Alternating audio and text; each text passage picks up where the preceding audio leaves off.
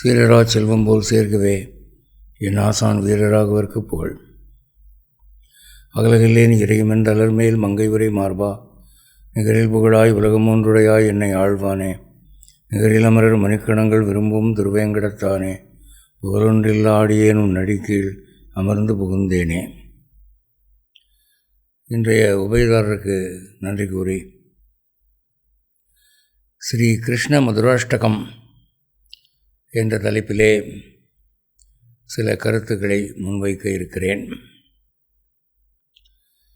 இந்த ஸ்ரீ கிருஷ்ண மதுராஷ்டகம் அப்படிங்கிறது 15வது நூற்றாண்டிலே வாழ்ந்த வல்லபாச்சாரியார் என்ற ஒரு மகான் சம்ஸ்கிருதத்தில் எழுதின ஒரு ஸ்தோத்திரம். அஷ்டகம்னா 8 ஸ்லோகம் கொண்ட ஒரு ஸ்தோத்திரம். அது கண்ணனை பற்றியது. அதனால் அது ஸ்ரீ கிருஷ்ண மதுராஷ்டகம் என்று பெயர். அது ஏன் மதுர அஷ்டகம் அப்படின்னா, மதுரம் என்ற சொல் இவரால் அடிக்கடி பயன்படுத்தப்படுகிறது. இந்த ஸ்தோத்திரத்திலே ஒரு ஸ்லோகத்தில் 8 தடவை அதை யூஸ் பண்ணுறார். அப்போது 8 ஸ்லோகத்துலேயும் ஒவ்வொரு ஸ்லோகத்துலேயும் 8 தடவை யூஸ் பண்ணுறார். அப்போது அந்த மதுரம் என்ற ஒரு சொல், மதுரம் என்றால் இனிமை, அழகான, பிரியமான, ப்ளசண்ட், ஸ்வீட், அப்படி பல அர்த்தம். கண்ணனை பற்றிய எல்லாமே இனிமைதான், அழகுதான், சுவைக்கக்கூடியது தான், ரம்யமானது தான், ரசிக்கக்கூடியது தான் என்கிற பொருளிலே அவன் உடல் உறுப்புகள், அவன் உடைகள், அவன் நடை, அவன் பேச்சு எல்லாமே மதுரம் மதுரம் மதுரம்னு சொல்கிறதுனால அது கிருஷ்ண மதுர அஷ்டகம். ஸ்ரீ கிருஷ்ணனுடைய மதுரமான உடை, லீலை முதலியவற்றை 8 ஸ்லோகங்களிலே வர்ணிப்பது. அதனால் இது ஸ்ரீ கிருஷ்ண மதுராஷ்டகம் என்று அழைக்கப்படும். இதில் இவர் 8 தடவை பயன்படுத்தினா கூட இவர் குறிப்பது ஒரு 6 பொருள்களைத்தான். அதுக்கப்புறம் ஒவ்வொரு ஸ்லோகத்திலையும் மதுர அதிபதேர் அகிலம் மதுரம் என்ற ஒரு சொற்றொடர் எல்லா ஸ்லோகத்திலையும் ரிப்பீட் ஆகுது. அதில் வெவ்வேறு பொருள் ஒன்றும் சொல்ல முடியாது. அப்படி பார்க்குற போது 48 பொருள்கள், 6 × 8 48. ஒரு ஸ்லோகத்துக்கு 6 பொருள்கள் அல்லது உறுப்புகள் அல்லது விஷயங்கள் எடுத்து மதுரம்னு சொல்கிறார். ஒரு ஸ்லோகம் நீங்கள் ஃபாலோ பண்ணிங்கன்னா நான் என்ன சொல்கிறேங்கிறது அப்புறம் ஈஸியாக விளங்கும். முதல் ஸ்லோகம் பாருங்கள். அதரம் மதுரம், வதனம் மதுரம், நயனம் மதுரம், ஹசிதம் மதுரம், ஹிருதயம் மதுரம், கமனம் மதுரம், மதுராதிபதேர் அகிலம் மதுரம். இதில் மதுராதிபதேர் அகிலம் மதுரம் என்பதற்கு பொருள் என்னன்னா, இனிமையின் தலைவனாகிய கிருஷ்ணனிடம் அகிலம் எல்லாமே மதுரம், இனிமையானது. மதுராதிபதே அப்படின்றது இனிமையின் தலைவன். உலகத்தில் நாம் எதெல்லாம் இனிமையானது, ரம்யமானதுன்னு நினைக்கிறோமோ அது எல்லாத்துக்கும் அவன்தான் தலைவன். அதான் மதுராதிபதேர் அகிலம் மதுரம், அவனுடைய எல்லாமே இனிமையானது தான். இதை ஒவ்வொரு ஸ்லோகத்தினுடைய இறுதி பகுதியிலையும் சொல்கிறார். அப்போ அதில் வரக்கூடிய மதுராதிபதே மதுரம் ஒன்று, அகிலம் மதுரம் 2வது மதுரம், இந்த 2 தள்ளிட்டு பார்த்திங்கன்னா புதிதாக அவர் சொல்கிறது ஒவ்வொரு ஸ்லோகத்துலேயும் 6 விஷயந்தான். இதில் எண்ணி பாருங்கள். அதரம் மதுரம், வதனம் மதுரம், நயனம் மதுரம், ஹசிதம் மதுரம், ஹிருதயம் மதுரம், கமனம் மதுரம். இப்படி 6 சொல்லிட்டு வர்றார். இது ஒவ்வொன்றுக்கும் இப்போ விளக்கம் பார்க்கலாம். முதல்ல அதரம் மதுரம். அதரம்னா உதடுகள். கண்ணனுடைய உதடுகள் மிக இனிமையானவை. அதுக்கு என்ன அர்த்தம் அப்படின்னா, உதடுகளுக்குன்னு ஒரு அமைப்பு இருக்குதுங்க. கோவில் சிற்பங்களில் பார்த்திங்கன்னா முதல்ல பற்கள் வெளிப்படாமல் மூடி இருக்கணும். சிரித்தா கூட ஒரு அளவு தான் பல்லு தெரியணும். அந்த மேல் உதடு அப்படி ஒரு வளைவோட அழகாக இருக்கணும். அளவுக்கு மீறி உதடு வெளிவந்திருக்கக்கூடாது. ஆப்பிரிக்க நாட்டுவாசிகளுக்கு அது ரொம்ப வெளிவந்திருக்கும். அந்த மாதிரி இருக்கக்கூடாது. அப்போ ஒரு உதட்டுக்குன்னு உரிய இலக்கணம். சிரித்தா அதிகமாக வாய் விரியக்கூடாது. வாய் சின்னதாக தான் இருக்கணும். ரொம்ப அகலமாக வாய் விரிஞ்சால் அவங்களுக்கு சாப்பாட்டில் பிரியம் அதிகமாக இருக்கும். சிரிப்பு வெடிச்சிரிப்பாக சிரிப்பாங்க. அது ஒரு சுக்கராம்சமான ஒரு அமைப்பு. சத்தமாக பேசுவாங்க. கண்ணனுக்கு அப்படி இருக்காது. உதட்டினுடைய அமைப்பு எப்படி இருக்கணுமோ அப்படி இருக்குமா. அதை பார்த்தாலே அந்த பவள வாயை பார்த்துக்கிட்டே இருக்கணும் போல இருக்குமா. அதுக்கு ஒரு மேற்கோள் காட்டலாம் அப்படின்னு சொன்னால், ஆண்டாள் நாச்சியார் திருமொழியில் 7ல் 1 கிருஷ்ணனுடைய கையில் ஏந்தி இருக்கிற சங்கை பார்த்து அவள் கேட்குறா, கண்ணனுடைய உதடுகளோடு நேரடி தொடர்பு கொள்ளக்கூடிய பாக்கியம் ஏ சங்கே, ஏ பாஞ்சஜன்யமே உனக்கு மட்டும்தான் உண்டு. ஏன்னா உன்னைத்தான் அவர் வாயில் வச்சு ஊதுறார். சக்கரத்தை வாய்க்கு கொண்டு போகிறதில்லை. கத்தி கதை எதுவுமே அவர் வாய்க்கு கொண்டு போகிறதில்லை. சங்கு ஒன்று தான் கொண்டு போகிறார். ஏ சங்கே, எனக்கு கிருஷ்ணனுடைய உதடுகள் மேலே கொள்ள ஆசை. அந்த உதடை நீ தொடும்போது அது எப்படி இருக்குது, அந்த ஸ்மெல் எப்படி இருக்குது, அந்த டேஸ்ட் எப்படி இருக்குது, கொஞ்சம் சொல்ல என்று அந்த சங்கை பார்த்து கேட்குறா. கற்பூரம் நாருமோ, கமலப்பூ நாருமோ. கற்பூர வாசனையாக இருக்குமா, தாமர வாசனையாக இருக்குமா, திருப்பவளச் செவ்வாய்தான். பவளம் போல் உதடுகள் சிகப்பாக இருக்குது, சாமுதிரிகா லட்சணம். தித்தித்து இருக்குமோ, இனிப்பாக இருக்குமோ. மறுப்பொசித்த மாதவன், குவலையாபிடம் என்ற யானை தந்தத்தை பிடுங்கி கொன்றானே அவன், மாதவன் தன் வாய்ச்சுவையும் நாற்றமும் வெறுப்புற்று கேட்கின்றேன். அவனுடைய வாய்ச்சுவையும் நறுமணமும் எனக்கு ரொம்ப பிரியம், அதனால் கேட்குறேன். சொல் ஆழி வெண்சங்கே, சமுதிரத்திலே இருந்து வந்த பாஞ்சஜன்யமே, நீ எனக்கு சொல் என்று அவனுடைய உதடுகளினுடைய சுவையை பற்றி, இனிமையை பற்றி சொல்லுகிறார். அதை தான் இங்கே பார்க்குறோம். இவர் Vallabhachariyar north Indian, Andal south Indian. அவருக்கு தெரிஞ்ச மொழி இந்த அம்மாவுக்கு தெரியாது, இந்த அம்மாவுக்கு தெரிஞ்ச மொழி அவருக்கு தெரியாது.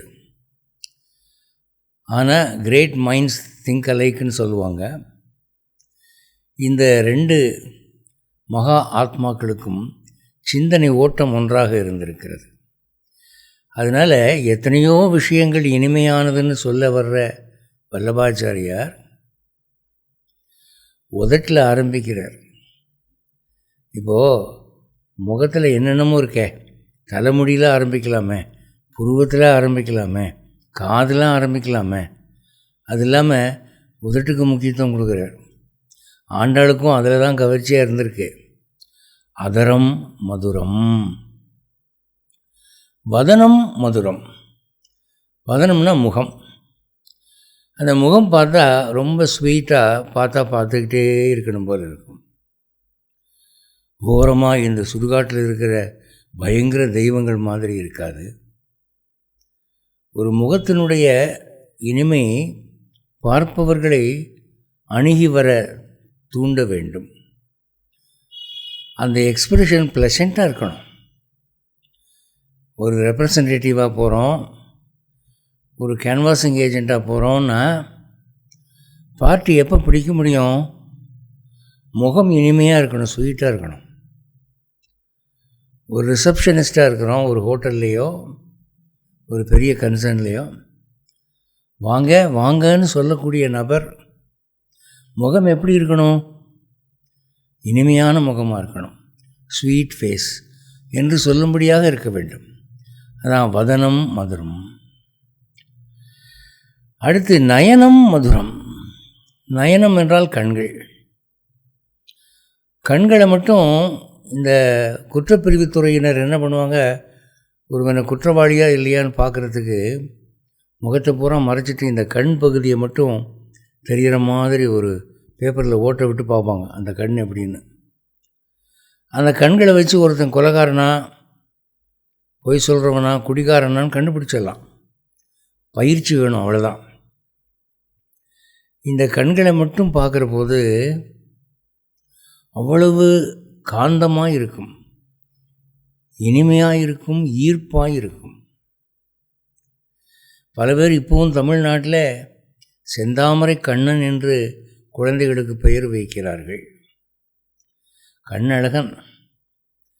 அதான் சொல்கிறார் நயனம் மதுரம், ஹசிதம் மதுரம். ஹசிதம்னா என்ன? சிரிப்பு. அவன் சிரித்தான்னா புன்முறுவலாக சிறு சிரிப்பாக சிரித்தாலும் அது இனிமையாக இருக்கும். கொஞ்சம் கலகலன்னு அவன் சிரித்தா கூட சோழி உருட்டின மாதிரி இனிமையாக இருக்கும். அப்படி இல்லாமல் ஒரு கட்ட தொண்டையா வில்லன் மாதிரி அப்படின்னா அது இனிமையாக இருக்காது. அப்போ இங்கே ஹசிதம் மதுரம், அவன் சிரிப்பு எவ்வளவு இனிமையானது. ஹிருதயம் மதுரம், அவனுடைய உள்ளம் மிக குளிர்ந்த உள்ளம், இனிமையான உள்ளம். ரௌத்ரம் பார்க்க முடியாது. அவங்ககிட்ட பேசினா அவன் நல்லவன், a very sweet man, a pleasant man என்று சொல்லும்படியாக இருக்கும். அவன் உள்ளத்திலே இருக்கக்கூடிய குளிர்ச்சி அவன் சொற்களிலே வெளிப்படும், முகத்தின் தோற்றத்திலே வெளிப்படும். ஹிருதயம் மதுரம். கமனம் மதுரம். கமனம்னா நடை.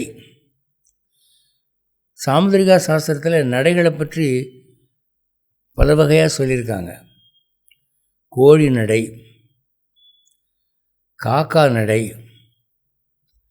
பாம்பு நடை, நாய் நடை, அன்ன நடை, புலி நடை, கஜகதி யானை நடை, சிம்மகதி சிங்க நடை, இப்படி பலவிதமான நடை சொல்லியிருக்கு. அந்த நடக்கிற விதத்திலேயே ஒருத்தருடைய குணத்தையும் சொல்லிடலாம், அதிர்ஷ்டத்தையும் சொல்லிடலாம். கிருஷ்ணன் நடந்து போனால் அந்த நடை இனிமையாக இருக்கும், பார்க்கறதுக்கு ரொம்ப ரம்யமாக இருக்கும், நடையழகன் அப்படிங்கிறார். அதான் கமனம் மதுரம். மதுராதிபதேர் அகிலம் மதுரம். அந்த இனிமையின் தலைவனாகிய அந்த கண்ணனிடம் எல்லாமே இனிமைதான் அப்படின்ற. அது முதல் ஸ்லோகம். அடுத்தது ரெண்டாவது ஸ்லோகம். வச்சனம் மதுரம், சரிதம் மதுரம், வசனம் மதுரம், வலிதம் மதுரம், சலிதம் மதுரம், பிரமிதம் மதுரம், மதுராதிபதேரகிலம் மதுரம். வச்சனம் மதுரம். வச்சனம்னா வாக்கு, சொற்கள். அந்த வார்த்தைகளை உச்சரிக்கும் விதமும் குரல் துவனியும் இனிமையாக இருக்கும். ஒரு பஸ்ஸில் ஒருத்தர் சீட்டில் யாரும் இல்லைன்னு 2 கேட்டானா உக்காந்துருக்காரு.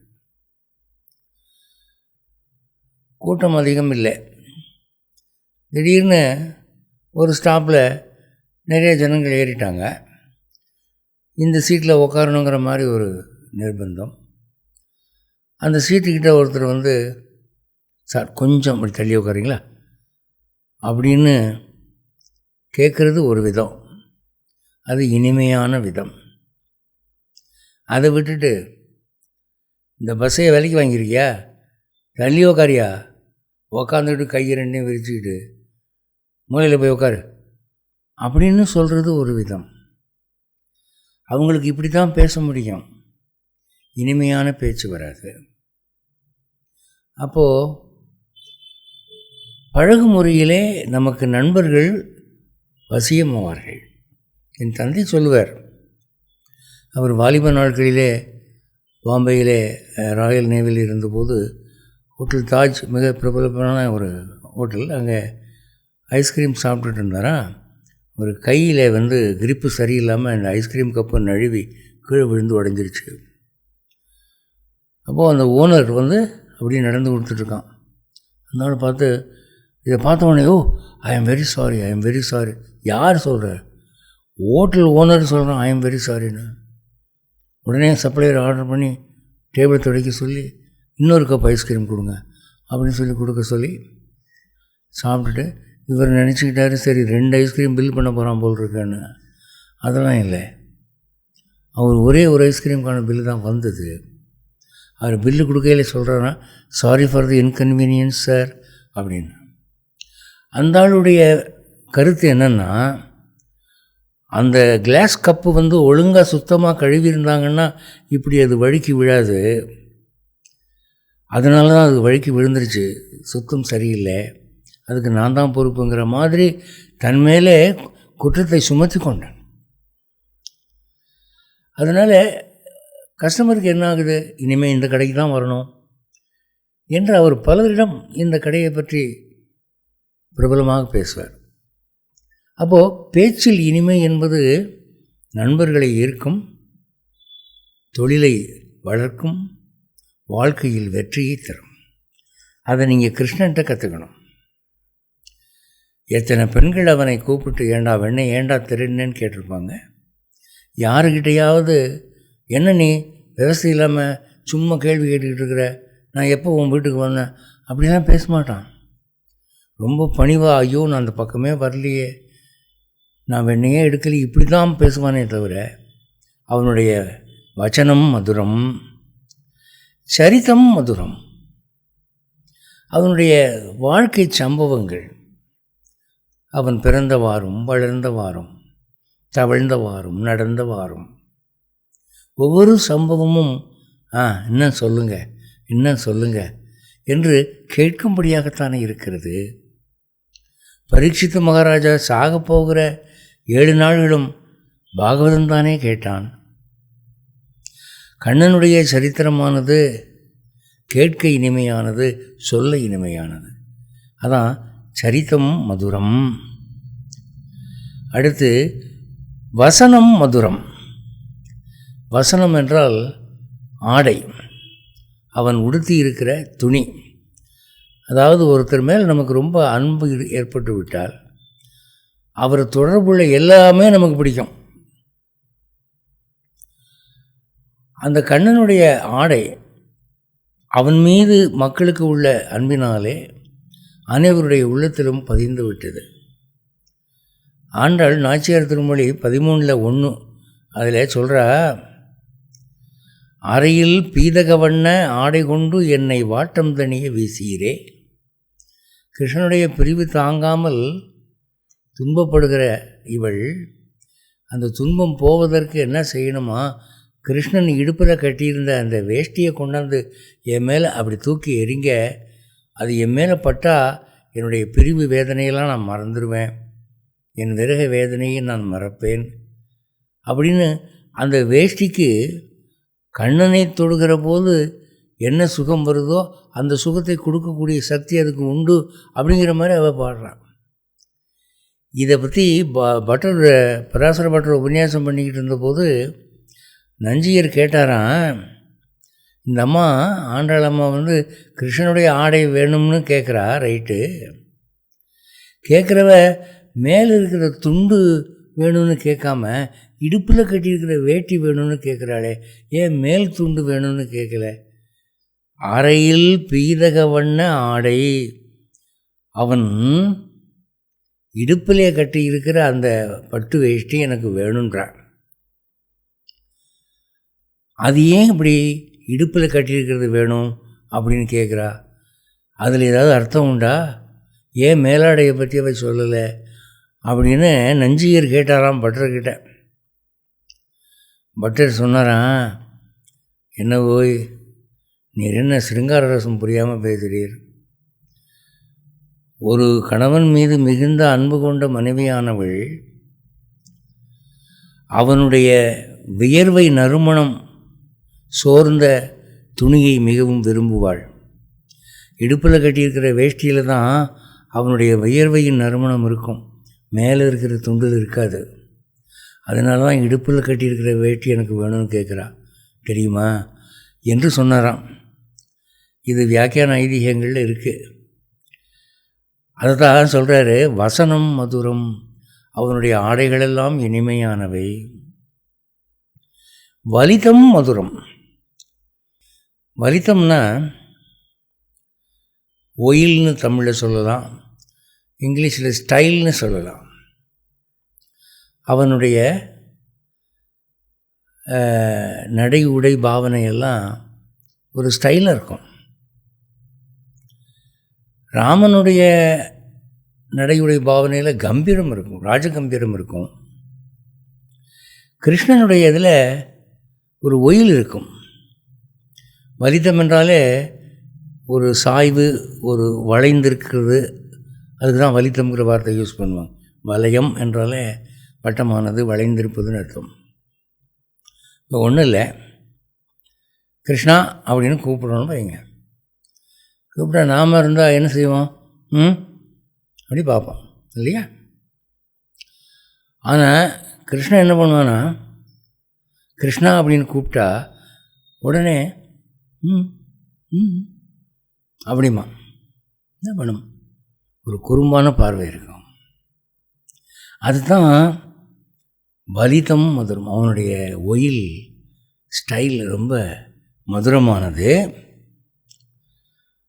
சலிதம் மதுரம். சலித்தம்னா அங்க அசைவுகள், மூமெண்ட்ஸ். அந்த ஒருத்தரை கூப்பிடும்போது சாதாரணமாக மக்கள் இப்படி கூப்பிடுவாங்க, வா அப்படின்னு. அதையே கொஞ்சம் ஸ்டைலாக பண்ணணும்னு நினைக்கிறவன் அப்படிமா, அது அப்படிமா, இல்லை ஒரு முகபாவனையில் அப்படிமா. இதெல்லாம் ஒரு கல்ச்சர் பீப்புளுக்கு உள்ள சில அங்க அசைவுகள். அது ஒரு பண்பட்டவர்களுக்கு தான் வரும். அவனுக்கு அந்த பால்யத்திலே கூட இருந்தது அது. அதான் சலிதம் மதுரம்ங்கிற. அடுத்து பிரமிதம் மதுரம். பிரமிதம்னா ஓடி ஆடக்கூடிய ஒரு செயல். அவன் Krishnan booming with energy, bubbling with energy, சக்தி கொப்பளிக்கும் அவன் உடம்புல. அவன் சும்மா நடந்து போக மாட்டான், குதிச்சுக்கிட்டு தான் போவான். ஜிக்ஸாகாக போவான், இங்கேருந்து அங்கே போவான், அங்கேருந்து இங்கே போவான், பாடிக்கிட்டு போவான், ஆடிக்கிட்டு போவான், அப்படி தான் அவன் போவான். அதனால் சொல்கிறார், அந்த ஓடி ஆடக்கூடிய அந்த நடையுடை அது எனக்கு பிரியமாயிரும். கண்ணன் வீதியில் போகும்போது வாசல் படியில் கோபிகா ஸ்திரீகள்லாம் உட்காந்துருப்பாங்க ரெண்டு பக்கமும். அப்போ இவன் போகிறத பார்த்து ஒரு கோபிகாஸ்திரி கூப்பிட்டே, வாலு சுட்டி இங்கே வாடா, என்ன டான்ஸ் ஆடிக்கிட்டே போறியே, எங்கே போகிற அப்படின்னு கேட்பார்.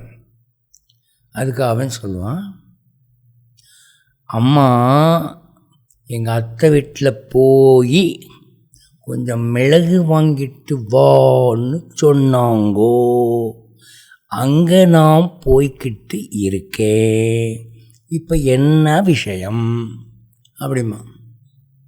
இந்த மாதிரி இவன் பேசுகிறத கேட்கணுங்கிறதுக்காகவே ஒவ்வொரு பொண்ணும் அவனை கூப்பிட்டு வம்பிழுப்பாங்க. இங்கே வா, எங்கடா போகிற, என்னடா செய்தி, ஏதாவது பேசணும் அவன் சொல்லி. அதுதான் சொல்ல, பிரமிதம் மதுரம். அவன் ஓடி ஆடக்கூடிய அவனுடைய நடையே மதுரமானதுங்கிற. அப்போ வச்சனம் மதுரம், சரித்தம் மதுரம், வசனம் மதுரம், பலிதம் மதுரம், சலிதம் மதுரம், பிரமிதம் மதுரம், மதுராதிபதே அகிலம் மதுரம். இது 2வது ஸ்லோகம். அடுத்தது 3. வேணுர் மதுரோ ரேணுர் மதுரः பாணிர் மதுரः பாதௌ மதுரௌ நிருத்யம் மதுரம் சக்கியம் மதுரம் மதுராதிபதேர் அகிலம் மதுரம்.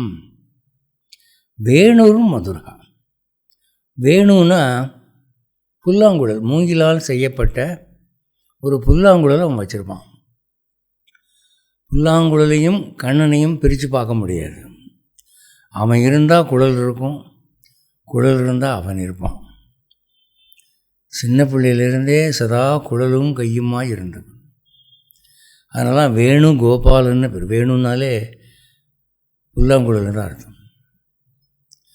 அவன் குழல் ஊதினால் அது ஜீவநாதம், அது திவ்ய கானம். அது காது வழியே புகுந்து மனதுக்குள்ளே போய் இதயத்துக்குள்ளே நுழைந்து ஆத்மாவை தட்டி பார்க்கும். ஆத்மாவினுடைய நுட்பமான அந்த தந்திகளை தடவும்.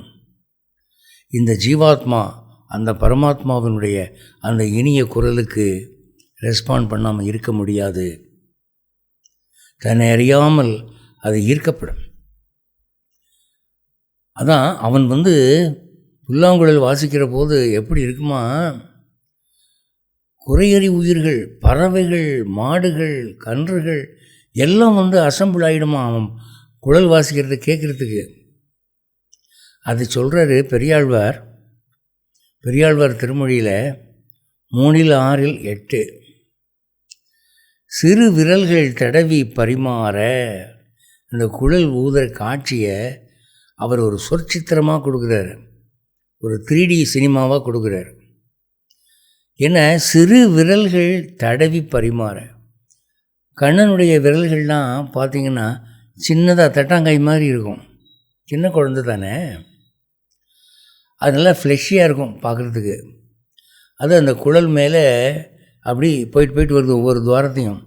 ஏன்னா அந்த சரிகம பதனிசாங்கிறதுக்கு ஏற்ப உங்களுக்கு நாதம் வரணும்னா துவாரங்களை மாறி மாறி அடைச்சி விடணும், அப்போ தானே அந்த நாதம் கிடைக்கும். அதான் தடவி பரிமாற அப்படிங்கிறார்.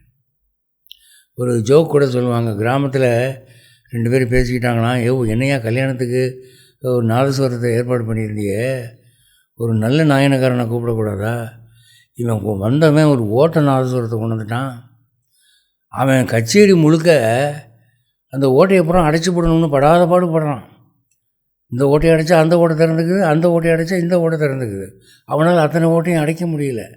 கச்சேரி முழுக்க இந்த ஓட்டை அடைக்கிறதுலே போச்சு அவனுக்கு. அடுத்த விஷயாவது இனிமேல் ஓட்டை இல்லாத நாதஸ்வரமாக வர சொல்லு அப்படின்னு சொன்னான்னு ஒரு ஜோக் சொல்லுவாங்க. அப்போ அந்த துவாரங்களை அவன் அழகான அந்த பிஞ்சு விரல்களாலே அப்படி ஒரு பிஞ்சு வெண்டைக்காய் மாதிரி இருக்கும் அவன் கை, அதை வச்சு அடைச்சி விடும்போது சிறு விரல்கள் தடவி பரிமாற செங்கண் கோடை, அவன் கண் அகலமாக இருக்கும், ஒய்டாக லாங்காகவும் இருக்கும், அகலமாகவும் இருக்கும். ஆனால் வாசிக்கிற போது கோடுதல்னால் சுருங்குதல், அந்த கானத்திலே அக்கறையாகிடுறான். இப்போ நாமெல்லாம் யோசிக்கிற போது, சார் அந்த உங்கள் பழைய வீட்டு அட்ரஸ் என்ன அப்படின்னு ஒருத்தர் கேட்குறாரு. அதை நம்ம யோசிக்கிற போது உடனே கண்ணை அப்படி தான் சுருக்கிக்குவோம். அது மாதிரி அவன் கண்களை மூடிக்கொண்டு வாசிக்கிறான். அந்த நாதத்திலே லயமாயிட்டான், அந்த ராகத்திலே அவன் ஐக்கியமாயிட்டான். வெளி உலகத்தை விட்டு அவன் வாபஸ் ஆகிட்டான், அந்த நாதத்திலே சஞ்சாரம் பண்ணுறான். அதான் செங்கண் கூட செய்ய வாய் கொப்பளிப்ப, அந்த வாய் இருக்கே அது அப்படி குவிஞ்சு ஊதுது, அது நீர் கொப்பளிப்பது போல் இருக்குதான். அப்படி கொப்பளிப்ப குருவையர் புருவம் கூடலிப்ப, இந்த புருவங்களில் வேர்த்திருக்கு இந்த நெற்றியில். கூடலிப்ப என்றால் அப்படி வளைந்து கோபுரம் மாதிரி ஆயிடுது. இப்படி ஒரு ஆழ்ந்த தியானத்திலே ராகத்தில் ஈடுபடும்போது அந்த கான்சன்ட்ரேஷன் முகத்தில் சில பாவங்களை காட்டும். நீங்கள் சங்கீத கச்சேரிகளில் போய் பாருங்கள், பிரபலமான வித்வான்கள் ஒரு கமகங்கள் பிடிக்கும்போது அல்லது சஞ்சாரம் பண்ணும்போது ஆலாபனை பண்ணும்போது அந்த முகம் எதிர உட்காந்துருக்கிற ஜனங்கள் நம்ம பற்றி என்ன நினைப்பாங்கன்னு கவலைப்படாமல் அவங்க நாத லோகத்துக்கு போயிடுவாங்க, வேறு உலகத்துக்கு போயிடுவாங்க. போய் அவங்களுடைய அங்க அசைவுகளும் சைகைகளும் முக பாவனைகளும் அவங்க இங்கே இல்லை, வேறு உலகத்தில் இருக்கிறாங்க அப்படிங்கிறத காட்டும். இவர் ஒரு ஹை பிச்சுக்கு போகிறான்னு உடனே இப்படி பிடிச்சிருவார் ஓன்னு. அது மாதிரி இவன் வியர்த்து புருவமெல்லாம் அப்படி வளைஞ்சிருச்சு. புருவம் கூடலிப்ப கோவிந்தன் குழல் கூடு ஊதின போது, அந்த புல்லாங்குழலை அந்த கோவிந்தன்னா பசுக்களை காப்பாற்றுகிறவன் கிருஷ்ணன், அவன் ஊதின போது என்னடா ஆச்சுன்னா, பறவையின் கணங்கள்ங்கிறார். ஆல் ஸ்பீஷீஸ் ஆஃப் பேர்ட்ஸ், பறவையினுடைய பல்வேறு இனங்கள், புறா, காக்கா, குருவி, குயில், மயில், என்னென்ன பறவை அங்கே கோகுலத்தில் அவைலபிளோ எல்லா ஜாதி பறவையும் வந்துருச்சு. பறவையின் கணங்கள் கூடு துறந்து தாங்கள் வசிக்கக்கூடிய அந்த வீட்டை மறந்து சூழ்ந்து படுகாடு கிடப்ப, அதெல்லாம் அந்த சங்கீதத்தில் கிறங்கி போய் அப்படி உக்காந்துருக்கான். அந்த நேரத்தில் பறவைகளை வேட்டையாடக்கூடிய ஒரு வேடன் வந்தால் கூட அந்த வேடனை கண்டு அஞ்சி அந்த பறவைகள் பறக்க மாட்டா. என்னை பிடிச்சா பிடிச்சிட்டு போ, இந்த சங்கீதத்தை கேட்டுட்டு தான் நான் போவேன் என்று அப்படியே உட்காந்துருங்க படுகாடு கிடக்க. கறவையின் கணங்கள், பால் கறக்கிற மாடு, அந்த ஆயர்களுக்கே பால் கறந்து விற்கிறது தானே பிஸ்னஸ்ஸு, கறப்பது கறவை. பசுக்கள் எல்லாம் கால் பரப்பிட்டு கவிழ்ந்திறங்கி 4 காலையும் கொஞ்சம் அகலமாக விரிச்சுக்கிச்சான். எதுக்குன்னா சென்டர் ஆஃப் கிராவிட்டி, புவியீர்ப்பு, அதை மெயின்டைன் பண்ணுறதுக்கு. பஸ்ஸு வேகமாக சிட்டி பஸ் ஓடும்போது கண்டக்டர் கால் ரெண்டையும் விரிச்சுக்குவார் கீழே விழாமல் இருக்கிறதுக்கு. அதனால் இந்த சங்கீதம் என்ற போதையிலே இவைகள் மயங்கி விழக்கூடாது என்பதற்காக அந்த 4 கால்களையும் அகல விரித்து கவிழ்ந்து இறங்கி தலை அப்படியே குனிஞ்சு தரையை நோக்கி போயிடுச்சான். மாடுகள்லாம் சாதாரணமாக அப்படி கம்பீரமாக நிற்கும். ஜல்லிக்கட்டு காளையெல்லாம் பார்த்தீங்கன்னா எவன்டா வர்றவன் முட்டி தள்ளிடுவேன் அப்படிங்கிற மாதிரி பார்க்கும். ஆனால் இங்கே மாடுகள்லாம் அப்படி தலை தொங்க போயிடுச்சு, சங்கீதத்தை அப்படி ரசிக்கிறான். நீங்கள் சங்கீத கச்சேரி நடக்கிற இடங்களில் பார்த்தீங்கன்னா ரசிகர்கள் நல்ல ஒரு சங்கீதம் இசைக்கப்படும் போது ஒவ்வொருத்தருடைய பாவனையை பார்க்கணுமே. சில பேர் தலையை தொங்க போட்டுக்குவாங்க, சில பேர் ஆகான்னு ஆடுவாங்க, சில பேர் கண்களை மூடிக்குவாங்க, சில பேர் அப்படி வானத்தை நோக்கி பார்ப்பாங்க. அது ரசனையினுடைய பாவனை. இந்த மாடுகள்லாம் கவிழ்ந்து இறங்கி செவியாட்டகில்லாவே, காதை கொஞ்சம் கூட அசைக்காதான். இப்போ மனிதர்களுக்கு காதை ஆட்டக்கூடிய சக்தி இல்லை, ஆனால் மாடுகளுக்கு காதை இப்படி ஆட்ட முடியும், அப்படி ஆட்ட முடியும், நாலபுரமும் ஆட்ட முடியும். அப்படி ஆட்டாமல் அப்படியே கேட்குதான். கொஞ்சம் காதை ஆங்கிள் மாற்றினா கூட அந்த மியூசிக் நம்ம மிஸ் பண்ணிடுவோமே. அப்படி ஈர்க்கக்கூடிய, விலங்குகளை ஈர்க்கக்கூடிய ஒரு நாதம், அப்படிப்பட்ட சங்கீதம். அதான் சொல்கிற அந்த புல்லாங்குழல் வேணூர் மதுரா. ரேணுனா பாத தூசி, அவன் பாதத்தில் ஒட்டியிருக்கிற தூசியெல்லாம் இனிமைங்கிறார். பகவானுடைய பாத தூசியினுடைய மகிமை என்னவென்று சொல்லவும் வேண்டுமோ? பகவானுடைய பாத தூசி பட்டுத்தானே ஒரு கல் பெண்ணானது அகலிகைக்கு சாப விமோச்சனம் எப்படி கிடைச்சது? ராமனுடைய கால் படவில்லை, ராமனுடைய கால் பட்ட தூசி பட்டது, அது அவள் சாபத்தை போக்கியது. அதனால தான் விப்ரநாராயணர் என்பவர் தொண்டர் அடிப்பொடி என்று தன் பேரை வச்சுக்கிட்டார். தொண்டர்களுடைய பாத ஸ்பர்சம் எனக்கு வேண்டாம், பாதத்தினுடைய தூசி போதும் அப்படின்னு. அதான் ரேணூர் மதுரகா, அந்த தூசி மணல். அவன் கிருஷ்ணன் மாடு மேய்ச்சிட்டு அங்கேருந்து வரும்போது ஓடி வர்றான். அவன் வர்ற வேகத்தில் அப்படியே மணல்லாம் கிளம்புது. இந்த டென்னிஸ் த மெனஸில் படம் வரைவானுங்க, அந்த மாதிரி மண்ணை கிளப்பிக்கிட்டு வரான். அந்த மண் ரொம்ப இனிமையானது. பாணிர் மதுரகா, கை ரெண்டும் ரொம்ப இனிமையாக இருக்குது. அவன் கையை நீங்கள் வாங்கி பிடிச்சிக்கிட்டிங்கன்னா திரும்பி அவங்ககிட்ட கொடுக்க மனசு வராதுங்க. அவ்வளவு செவச்சவன் சிகப்பாக தொட்டு பார்த்தா ரோஜாப்பூ மாதிரி ரொம்ப மென்மையாக இருக்குது. அந்த கையை ரெண்டும் எடுத்து அப்படி கன்னத்தில் வச்சுக்கிட்டிங்கன்னா அப்படியே நமக்கு ஐஸில் வச்சு உத்தரம் கொடுத்த மாதிரி இருக்கும். பியூட்டி பார்லரில் என்னென்னமோ க்ரீம் தடவுறாங்கள்ல, அந்த சுகத்தை விட அதிகமான சுகம் தரக்கூடியது. இப்போ உங்களோட வீடுகளில் இளம் தகப்பன்மார்கள் ஷேவிங் பண்ணும்போது சவரம் பண்ண பிறகு கண்ணமெல்லாம் எரியும். அப்போ தன்னுடைய மகனை கூப்பிட்டு அவனுடைய கையை எடுத்து கன்னத்தில் வச்சுக்குவா. அந்த கைகள் ஒரு இதமான சுகம் கொடுக்கும். அதுதான் சொல்கிறார் பாணிர் மதுரகா. அந்த கை எவ்வளவு இனிமையாக இருக்குது. அந்த கணுக்கை அந்த மணிக்கட்டிலிருந்து முழங்கை வரைக்கும் இருக்கக்கூடிய பகுதி அது எவ்வளவு ஃப்ளெஷியாக இருக்குது, வெள்ளரிக்காய் மாதிரி இருக்குது, தொட்டால் புசு புசுன்னு இருக்குது, எலும்பு தெரியாமல் கரணகரணையாக இருக்குது, குழுக்கு முழுக்குன்னு பார்த்தா எப்படி இருக்கான் அவன். பெரியவர் ஒரு இடத்துல என் யானைக்குட்டியேங்கிறார். தொடர் சங்கிலிகை அப்படிங்கிற பாசுரத்தில் அது சொல்கிறார் அவர்.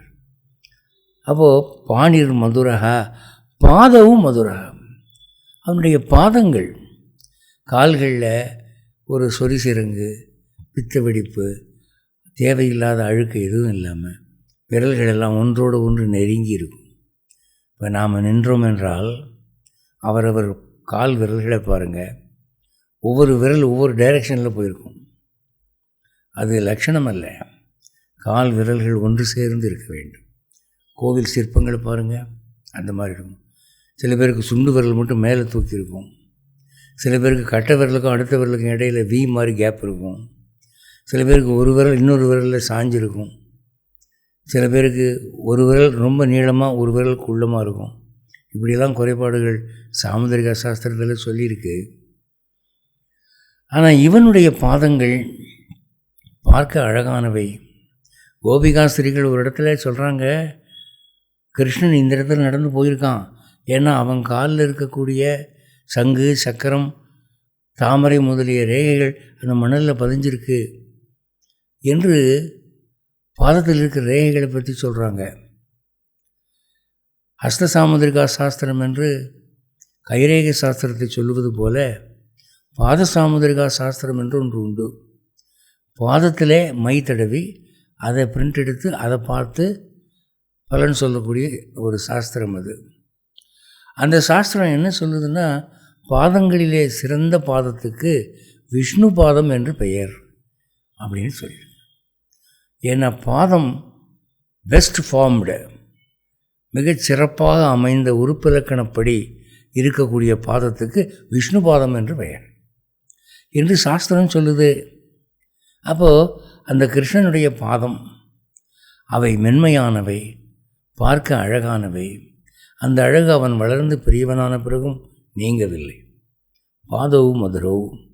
அடுத்து அந்த பாதங்களை சரண் புகுந்தவர்கள் தானே நன்மையடைகிறார்கள், காப்பாற்றப்படுகிறார்கள், முக்தியடைகிறார்கள், வைகுண்டம் போகிறார்கள். அப்போ மாமேகம் சரணம் பிரஜன்னு கிருஷ்ணன் சொன்னது அவன் பாதங்களை குறித்து தானே. அதான் பாதவ் மதுரோ. உன் அடிக்கீழ் அமர்ந்து புகுந்தேனினார் நம்மாழ்வார். நிருத்தியம் மதுரம், நாட்டியம். கிருஷ்ணன் பிரமாதமாக டான்ஸ் ஆடுவான். வெண்ணைக்காடும் பிள்ளைன்னு பேர். சில பேர் ஒரு பந்தளவு வெண்ணெய் உருட்டி வச்சுக்கிட்டு, கிருஷ்ணா இது வேணுமா, ஆமாம் ஆமாம் கொடுக்கணும், அப்போ ஒரு டான்ஸ் போடும், நீ டான்ஸ் ஆடினா தான் நான் அந்த வெண்ணெய் கொடுப்பேன் என்று சொல்லி அந்த வெண்ணெய்க்காக அவன் டான்ஸ் ஆடுவானான். அதனால் கண்ணனுக்கு வெண்ணெய்க்காடும் பிள்ளைன்னு பேர். ஒரு அன்பர் ராமானுஜருக்கு அந்த மாதிரி ஒரு விக்கிரகம் செஞ்சு கொடுத்ததாக கூட ஒரு வரலாறு உண்டு. அவன் காளியன் மேலே நர்த்தனம் ஆடினான். அது சம்ஹார நாட்டியம். நிருத்தியம் மதுரம்.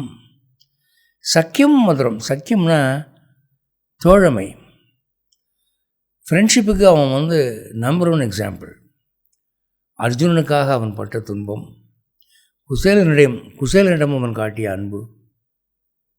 குசேலன் பரம ஏழையாக வறுமையினால் வாடி அவனுடைய மனைவி அனுப்பினதினாலே கண்ணனை தேடி வருகிறான்.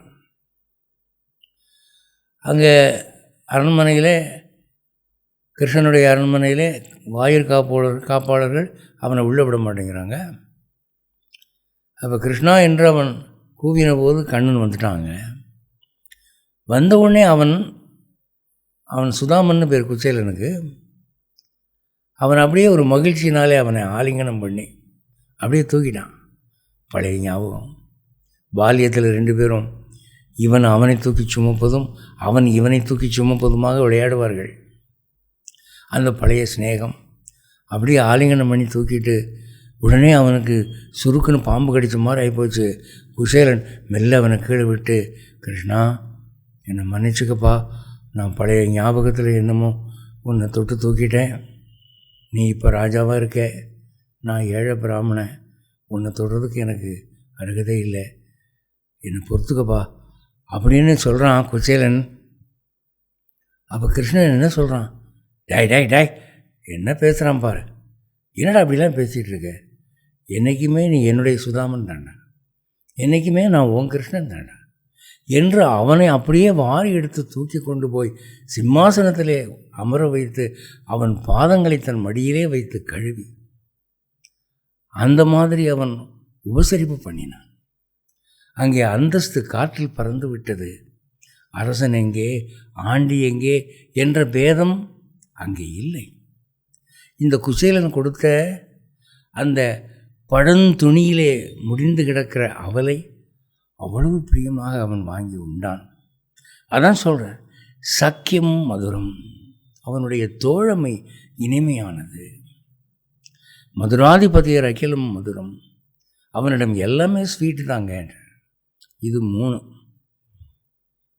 4 கீதம் மதுரம், பீத்தம் மதுரம், புக்தம் மதுரம், சுப்தம் மதுரம், ரூபம் மதுரம், திலகம் மதுரம், மதுராதிபதியர் அகிலம் மதுரம். கீதம் மதுரம். கண்ணனுக்கு நல்ல வாய்ஸுங்க, பாடினான்னா அருமையாக இருக்கும், கேட்டுக்கிட்டே இருக்கலாம் போல். கிருஷ்ணன் நல்லா பாடுவான். சாந்திபினியிடம் 64 கலைகளை 64 நாள்களிலே கற்றுக்கொண்டானான்.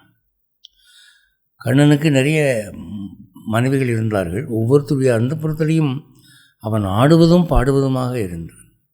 அவனுக்கு இணையாக பாடக்கூடிய பெண் யாரும் இல்லை. அவ்வளவு சுதி சுத்தமாக பாடுவான்.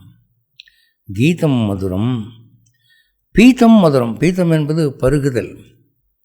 அவன் பாலோ பானமோ மோரோ ஏதாவது குடிக்க கொடுத்தால் அதை அவன் குடிக்கிற போது அதை பார்த்தாலே அழகாக இருக்கும்.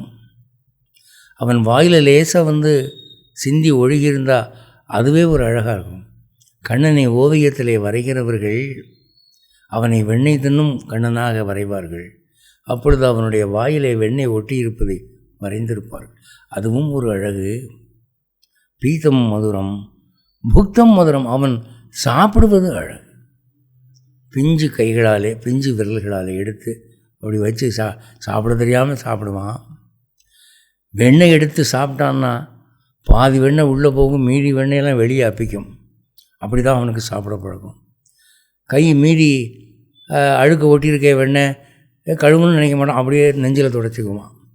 அதுதான் அவனை பார்த்தீங்கன்னா நவநீத கிருஷ்ணனுங்கிற பேர் 100% பொருத்தமாக இருக்கும். இப்படி வெண்ணெய் தின்ற கோலத்தோடு அவங்க அம்மாக்கிட்டேயோ கோபிகா ஸ்ரீகிட்டேயோ மாட்டிக்கிட்டான்னா என்ன சொல்லுவான்? நான் வெண்ணெயே சாப்பிடல, நான் வெண்ணெயை கண்ணால் பார்த்து 3 நாள் ஆச்சு, என்னை அடிக்காதீங்கம்மா. அப்போது புக்தம் மதுரம் சுப்தம் மதுரம். சுப்தம்னா தூக்கம். அவன் தூங்கும்போது அவனுடைய வதனத்தை பார்த்தா அந்த கண்கள் மூடியிருப்பதும் அவனுடைய முகம் தூக்கத்திலே ஆழ்ந்திருப்பதும் பார்க்க பார்க்க திவிட்டாத ஒரு காட்சி. சில சமயத்தில் போலி தூக்கம் போடுவான். என்ன அப்படின்னா, இவங்க அம்மா என்ன பண்ணுவாங்க, இவன் தூங்குற வரைக்கும் காத்திருந்து தூங்கின பிறகு தான் அந்த வெண்ணெயை பத்திரப்படுத்துவாள். ஏன்னா வெண்ணெய் எங்கே இருக்குதுன்னு அவன் பார்த்துட்டான்னா திருடி வாங்கிறதுக்கு அவன் தூங்குற வரைக்கும் காத்திருந்து அவன் தூங்கின பிறகு அந்த வெண்ணெய் பாத்திரத்தை ஒரு குறிப்பிட்ட இடத்துல வைப்பான். இவன் தூங்குற மாதிரி நடித்து லேசாக காக்கன்னு அறுக்கன்னு திறந்து அதை பார்த்து வச்சுக்குவான். அப்படி அவன் தூங்குற போது போலி தூக்கம் போடுறத அவன் தாய் பார்த்து அந்த முகத்தினுடைய அழகை ரசித்து என் கண்ணே பற்றும் போல் இருக்கே என்று நினைப்பாளாம். அதான் சொல்கிறார், சுப்தம் மதுரம் ரூபம் மதுரம். அவனுடைய உருவம் பாலகிருஷ்ணனாய் இருந்தபோதும் சரி, அவன் யவ்வனமடைந்து வாலிபனாய் மாறின பிறகும் சரி, மகாபாரத யுத்த காலத்திலே அவன் தேரோட்டியாய் இருந்தபோதும் சரி, அவனுடைய வடிவமானது சகல இலக்கணங்கள் நிறைந்ததாய் இருந்தது. ரூபம் மதுரம். திலக்கம் மதுரம். அந்த காலத்தில் ஆண்கள் பொட்டு வச்சுருப்பாங்க, முடி வளர்த்துருப்பாங்க, பூ வைக்கிற பழக்கம் கூட உண்டு. அந்த திலகமானது மதுரமாக இருக்கும். அந்த முகத்துக்கு திலகம் அழகு கொடுக்குதா அல்லது திலகத்துக்கு முகம் அழகு கொடுக்குதா என்கிற மாதிரி இருக்கும். மதுராதிபதியர் அகிலம் மதுரம். அடுத்த 5 கரணம் மதுரம், தரணம் மதுரம், ஹரணம் மதுரம், ஸ்மரணம் மதுரம், வமிதம் மதுரம், சமிதம் மதுரம், மதுராதிபதியர் அகிலம் மதுரம். இதில் கரணம் மதுரம் அப்படிங்கிறார். கரணம் என்பது செயல்கள். அவனுடைய செயல்பாட்டு முறை. தேரோட்டினா அர்ஜுனனுக்கு. அப்போது அந்த தேரிலிருந்து குதிரைகளை அவிழ்த்து அன்றாடம் யுத்த காலத்திலே குதிரைகளுக்கு தண்ணீர் காட்டுவான். அவன் அந்த குதிரையை அவிழ்க்கிறது, அந்த குதிரைக்கு தண்ணீர் காட்டுறதெல்லாம் கூட பார்த்துக்கிட்டே இருக்கலாம் போல இருக்கும். மாடுகளை மேய்ப்பதற்கு கொண்டு போவான். மாடுகள் மேய்க்கிற போது சின்ன கன்றுகளுக்கு தண்ணீரை உறிஞ்சி குடிக்க தெரியாது. அப்போது கிருஷ்ணன் என்ன பண்ணுவான், தான் 4 காலில் ஒரு மாடு மாதிரி படுத்துக்கிட்டு தன் வாயினாலே அந்த தண்ணீரை உறிஞ்சி பருகி அந்த கன்றுக்கு காட்டி, இதே மாதிரி நீயும் குடி என்று சொல்லுவானாம். இப்படியெல்லாம் ரொம்ப சின்சியராக மாடு மேய்ச்சிருக்கிறான். அதனால தான் அவனுக்கு கோபாலகிருஷ்ணன் பேர். அதைத்தான் சொல்கிறாருங்க. அவனுடைய கரணம் மதுரம், அவனுடைய செயல்களெல்லாம் ரொம்ப இனிமையாக இருக்கும். தரணம் மதுரம், அதாவது காப்பாற்றுதல். தரணம் என்றால் இந்த பிறப்பு இறப்பு என்ற கடலிலிருந்து நம்மை காப்பாற்றுவது. அடுத்து தன்னை அண்டின பக்தர்களுக்கு ஆபத்திலிருந்து காப்பாற்றுவது. இந்த பாண்டவர்களை காப்பாற்றுறதுக்கு அவன் ஆடாத நாடகம் இல்லை, என்னென்ன வேலை செஞ்சான். தரணம் மதுரம். ஹரணம் மதுரம். ஹரணம் என்றால் ருக்மிணியை அவன் தூக்கிட்டு போனான். வெண்ணையை திருடினா, சேலையை திருடினா, ருக்மிணியே திருடினான். அந்த வேலையெல்லாம் ரொம்ப அருமையாக செய்வான். ஸ்மரணம் மதுரம். அவனை நினைச்சாலே இனிமே கிருஷ்ணான்னு நினச்சிட்டா கண்களை மூடி கண்ணனுடைய தியானம், கிருஷ்ண தியானம் வந்துட்டா மறுபடி கண்ணை திறக்க மனசு வராது. அவனுடைய வாழ்க்கை எல்லாம் பிரதி க்ஷணமும் ரம்யமானது, இனிமையானது. அதனால தான் ருக்மிணி கிருஷ்ணனிடம் நான் உன்னுடைய பால்ய லீலைகளை பார்க்க வேண்டும் என்று ஆசைப்பட்டு கேட்டதாக பார்க்குறோம். ஸ்மரணம் மதுரம். வமிதம் மதுரம். வமிதம்னா அவன் சாப்பிட்டு வச்ச மிச்சம், பிரசாதம், கிருஷ்ண பிரசாதம். கண்ணன் சாப்பிட்ட மிச்சம் கிடைக்கணுமே, எத்தனை பேருக்கு கிடைக்கும்? கிருஷ்ண ஜெயந்தி அன்னைக்கு கிருஷ்ணனுக்கு படைச்சிட்டு அந்த பிரசாதம் சாப்பிட்றது எவ்வளோ பெரிய பாக்கியம். சமிதம் மதுரம். சமிதம் என்றால் அவனுக்கு நைவேத்தியம் பண்ணுறது. கர்கர் என்று ஒருவர் இருந்தார். அந்த கர்கர் யார் அப்படின்னா நந்தகோபனுடைய குடும்ப ஜோதிடர், ஒரு முனிவரும் கூட. நந்தகோபன் ஆயர்சேரிக்கு அரசனாக இருந்தான். அப்போ அரண்மனை ஜோதிடர் மாதிரி அவர் புரோகிதர், சாந்தி சடங்குகள்லாம் பண்ணுவார். அப்போது அவர் தெய்வத்துக்கு படைக்காமல் சாப்பிட மாட்டார். அதனால் எங்கே போனாலும் ஒரு சின்ன சாக்கு பையில் படையலுக்குன்ற ஒரு தனி செட்டு பாத்திரம் வச்சுருப்பார். பகவானுக்கு அதில் தான் தளிகை பண்ணுவார், அதில் தான் நிவேதனம் பண்ணுவார். படைச்சிட்டு அதுக்கப்புறம் சாப்பிடுவார். அப்போது இந்த கிருஷ்ணனுடைய வீட்டில், அதாவது நந்தகோபனுடைய வீட்டில் ஒரு நாள் தங்க வேண்டியிருந்தது. அப்போ அவர் தானே சமைச்சு முதல்ல பகவானுக்கு படைக்கிறார். படைக்கும்போது அவர் என்ன சொல்கிறார்? சர்வம் நாராயண அர்ப்பணமஸ்து, எல்லாத்தையும் அந்த ஸ்ரீமன் நாராயணனுக்கு அர்ப்பணம் பண்ணுகிறேன், ஸ்வீக்கரியப்பா அப்படின்னு சொல்கிறார். அப்போ இதெல்லாம் வேடிக்கை பார்த்துக்கிட்டோம்னா கிருஷ்ணன் எதிர உட்காந்துக்கிட்டு, அப்போ அவர் கண்ணை மூடி அவர் தியானத்தில் இருக்கிற போது அவர் பாயசம் பண்ணி வச்சுருக்கார். அதை எடுத்து முடக்குன்னு குடிச்சுக்கிட்டான். உண்மை தாத்பரியம் என்னென்னா, அவர் தான் நாராயணா இதை ஏற்றுக்கோன்னு சொல்கிறாரு. இவன் நாராயணன் உட்காந்துருக்கான் கிருஷ்ண ரூபத்தில், எடுத்து குடிச்சுக்கிட்டான். அவர் கண்ணை திறந்து பார்த்தா பாத்திரம் காலியாக இருக்குது. என்னடா ஆச்சுன்னா, வாயெல்லாம் ஒட்டியிருக்கு. இதை சாப்பிட்டான்னா அதில் ரெமினன்ஸ் இருக்கும், துப்பறிய வேண்டிய அவசியமே இல்லை. உடனே அவருக்கு கோபம் வந்துடுச்சு.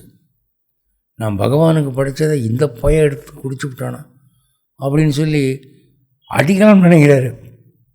சின்ன குழந்தை, வெண்ணையாட்டமாக இருக்கான், அவனை எப்படி அடிக்கிறது? மனசு வரல. என்ன பண்ணிட்டாரு? அவனுடைய 2 கன்னத்தையும் இப்படி பிடிச்சி இழுத்து, சாமிக்கு வச்சதெல்லாம் எடுத்து திங்க கேட்குதோ, கொஞ்சம் நேரம் சும்மா இருக்கக்கூடாது, வீட்டில் என்ன கொஞ்சமாவா கொடுக்குறாங்க, கொஞ்சமாவா கொட்டிக்கிற ஏடா அப்படின்னு கன்னத்தை இழுத்து கண்டிச்சார்.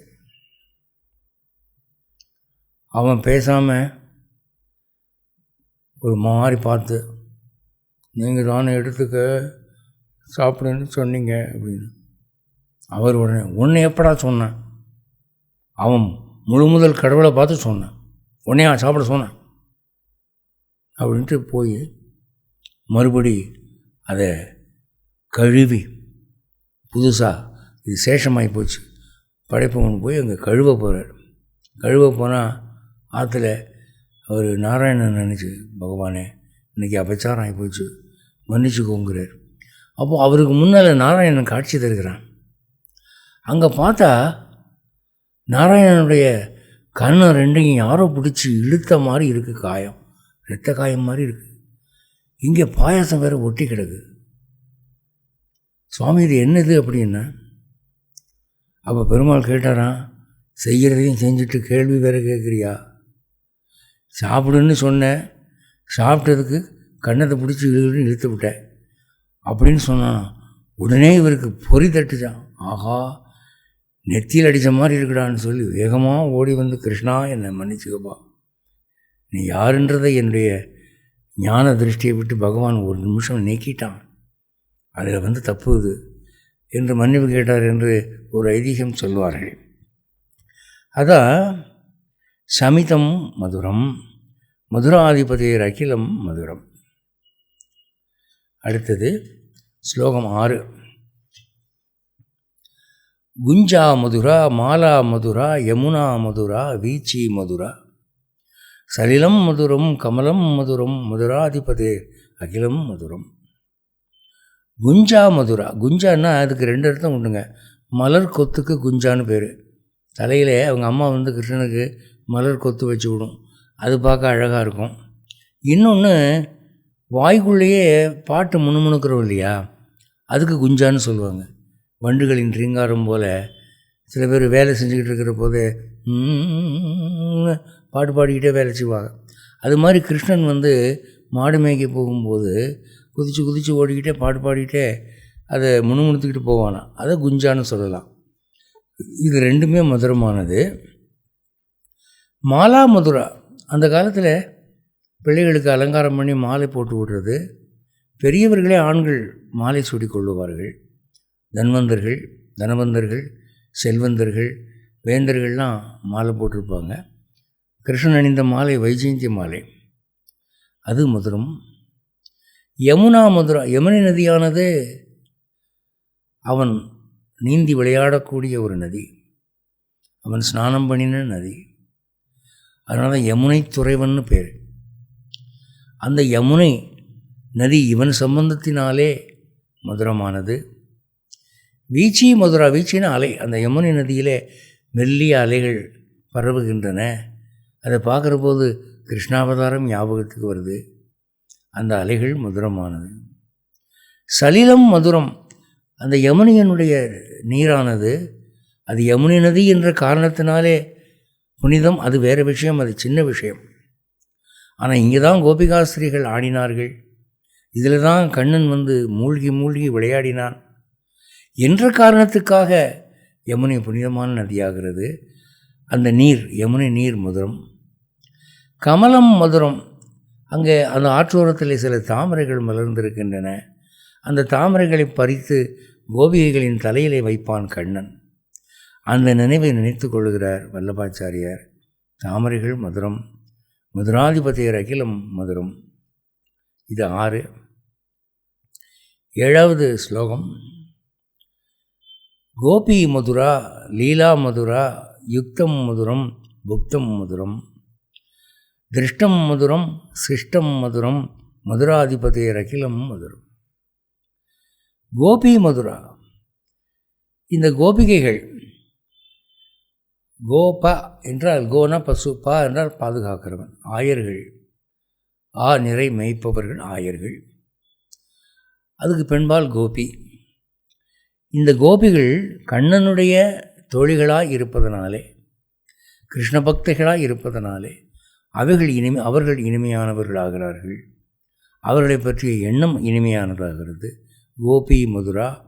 லீலா மதுரா, ராசலீலை, அந்த பெண்களோடு கைகோர்த்து நர்த்தனம் ஆடுவான். அவன் லீலைகள், அவன் விளையாடுகள், அது நினைச்சா அது மதுரமானது. யுக்தம் மதுரம், யுக்தம் என்பது சேர்க்கை, அந்த பெண்களோடு அவன் சேர்ந்திருந்த அந்த இணைப்பு மதுரமானது. புக்தம் மதுரம், புக்தம்னா வனபோஜனம்னு சொல்லுவாங்க. கிருஷ்ணன் காட்டில் இருந்தபோது அவனுடைய நண்பர்கள் பசிக்குதுன்னு சொன்னாங்க. ரிஷிகள் யாகம் பண்ணிகிட்டு இருக்காங்க, அங்கே போய் கேளுங்கன்னா அந்த ரிஷிகள் கொடுக்க மாட்டேன்ட்டாங்க. அந்த ரிஷி பத்தினிகள் அந்த யாகத்துக்காக சமைத்து வைத்திருந்த போஜனங்களை கொடுத்தார்கள். இவர்கள் அனைவரும் அமர்ந்து சாப்பிட்டார்கள், இவனும் சாப்பிட்டான். அந்த வனபோஜனம் மதுரமானது. திருஷ்டம் மதுரம். திருஷ்டம் மதுரம்னா ஒரு ஒயிலான சாய்வு பார்வை, இப்படி நேரடியாக கேமராவுக்கு பார்க்குற பார்வை இல்லை. ஒரு அன்பு சார்ந்த நபரை, யாரை நாம் அதிகம் நேசிக்கிறோமோ அந்த நபரை கொஞ்சம் ஒரு ஓரக்கண்ணால் இப்படி பார்த்து சிரிக்கிறது, அது இவனுக்கு நல்லாவே வரும். அந்த மன்மத லீலையில் இவன் மன்னன். அப்போது அப்படி பார்வையினாலே பல பெண்களை அவன் வசியம் பண்ணியிருக்கான். அதை சொல்கிறாரு திருஷ்டம் மதுரம். அவனுடைய பார்வைகள் ஒரு இனிமையானவை. சிஷ்டம் மதுரம். சிஷ்டம்னா போதனை. பகவத்கீதையை சொன்னான். அவன் கீதாச்சாரியன் என்று பெயர் வாங்கினான். பெரிய ஆச்சாரியர்கள் உலகத்தை திருத்துகிற போது ராமானுஜர் போன்றவர்கள் ஆயிரக்கணக்கான பேர்களை திருத்தினார்கள். பகவான் நினச்சானா, நாம் போய் போதனை பண்ணால் ஒன்றும் நடக்க மாட்டேங்குது, இவங்கெல்லாம் போய் போதனை பண்ணால் நடக்குது, நாம் ஒரு தடவை குருவாய் பார்ப்போமே என்று அவன் கீதாச்சாரியனாகி கீதை சொன்னான். அது இன்றைக்கி வரை பகவத்கீதை என்று பெயர் பெறுகிறது. அவனுடைய போதனைகளெல்லாம் இனிமையானவை. சிஷ்டம் மதுரம். அவனுடைய ஆச்சாரங்கள் மதுரம்.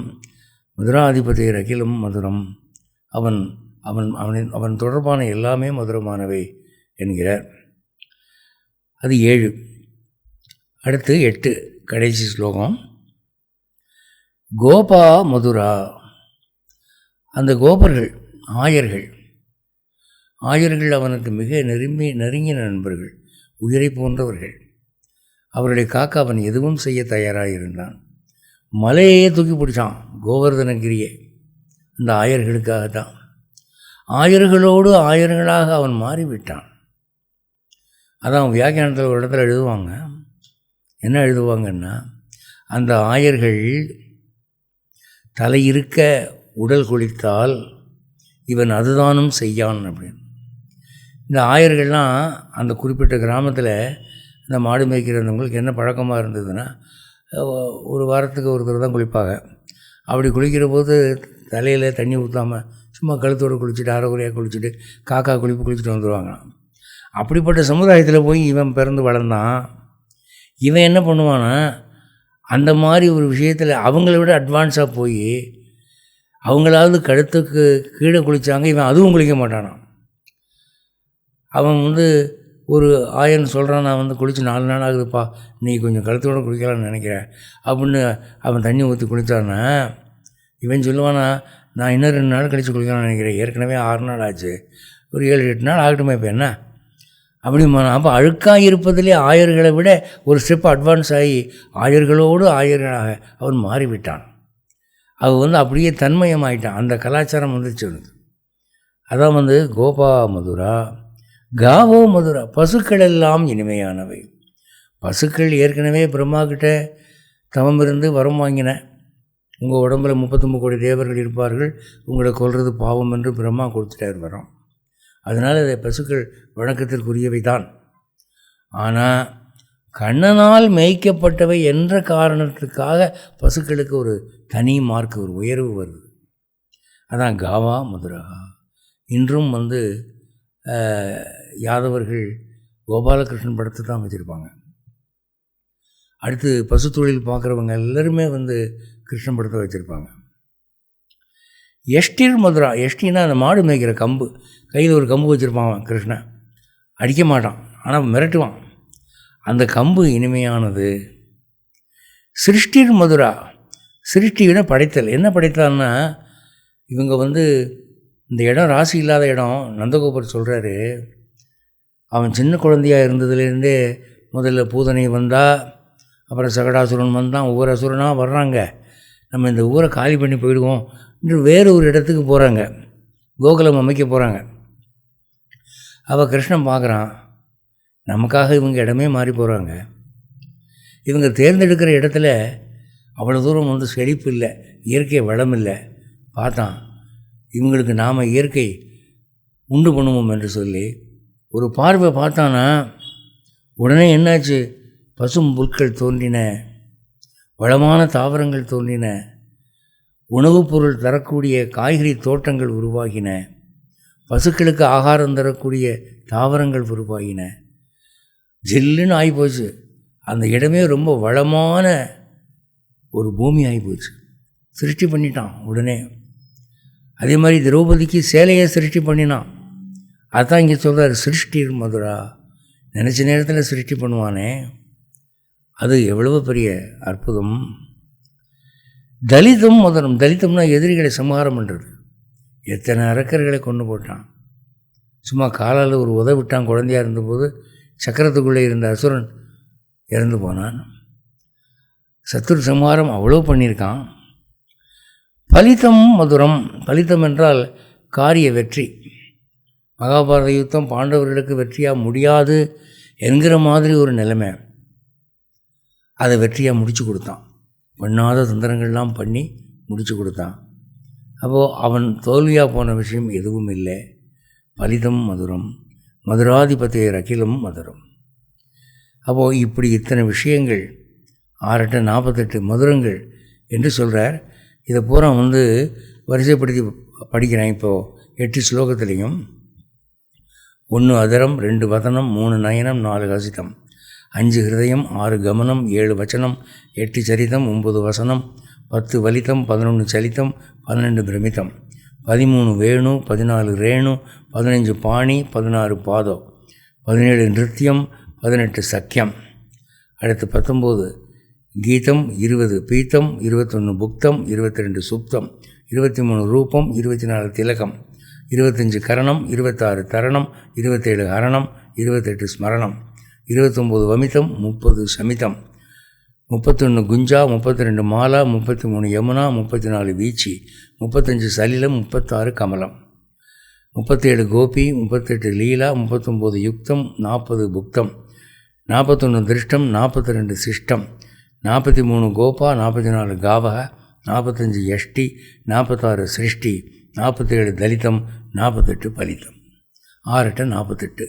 ஒரு ஸ்லோகத்துக்கு 6 வீதமாக 8 ஸ்லோகத்தில் 48 விஷயங்களை சொல்லி எல்லாம் மதுரம் என்று முடிக்கிறார்.